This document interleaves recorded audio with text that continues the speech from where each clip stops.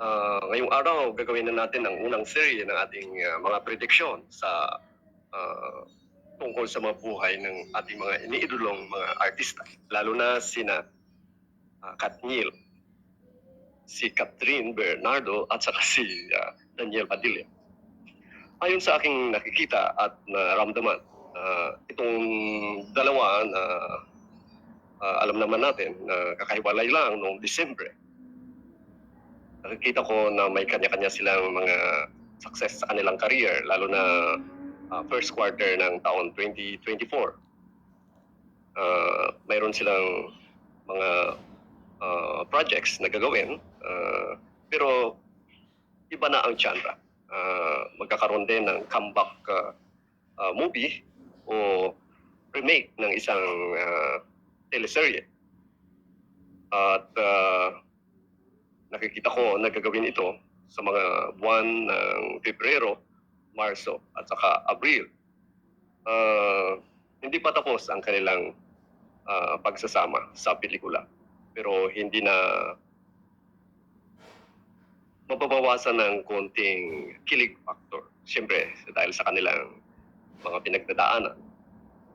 Pero sa mga months ng May, June, and July, nakikita ko na magkakaroon sila ng reconciliation. At love is sweetest the third or the second time around. At nakikita ko na mas magiging serious ang kanilang relationship sa taon 2024. At pag-uusapan nila ang kanilang mga plano in the future kung kailan sila magpapakasal. At malalaman natin lahat yan habang tinatamasa nila ang kanilang tagumpay sa kanilang karira, lalo na kay Catherine sa mga second half of the year between August to November.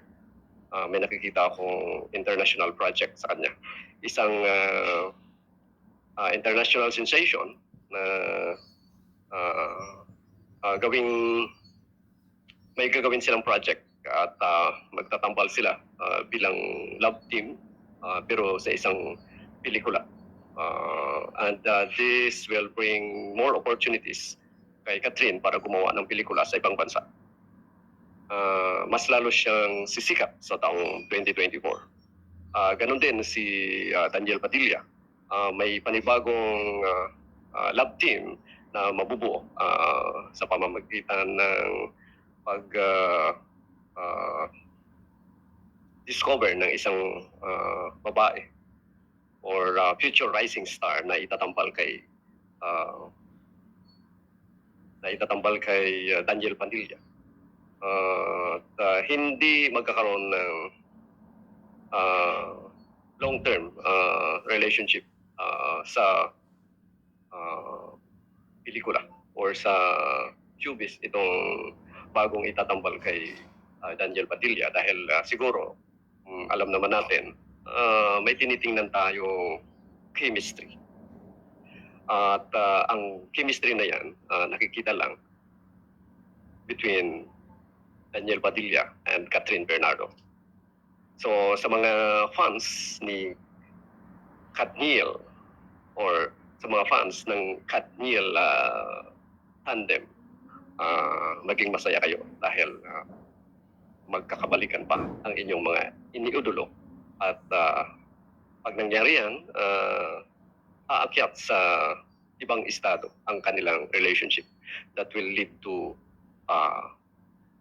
long-term, serious, and marriage. Nakikita ko rin na yung mga plano ito, itong dalawa na tumira sa ibang bansa. Sa future pa, siguro mga after 5 or 8 years, pag mayroon na silang pamilya. Or magkakaroon na sila ng supling na nakikita ko between ngayong taon, 2024, 25 hanggang 26. Pero ang focus ngayon ng dalawa ay ang kanilang mga pamilya at ang kanilang ibang antas na mga karera sa showbiz.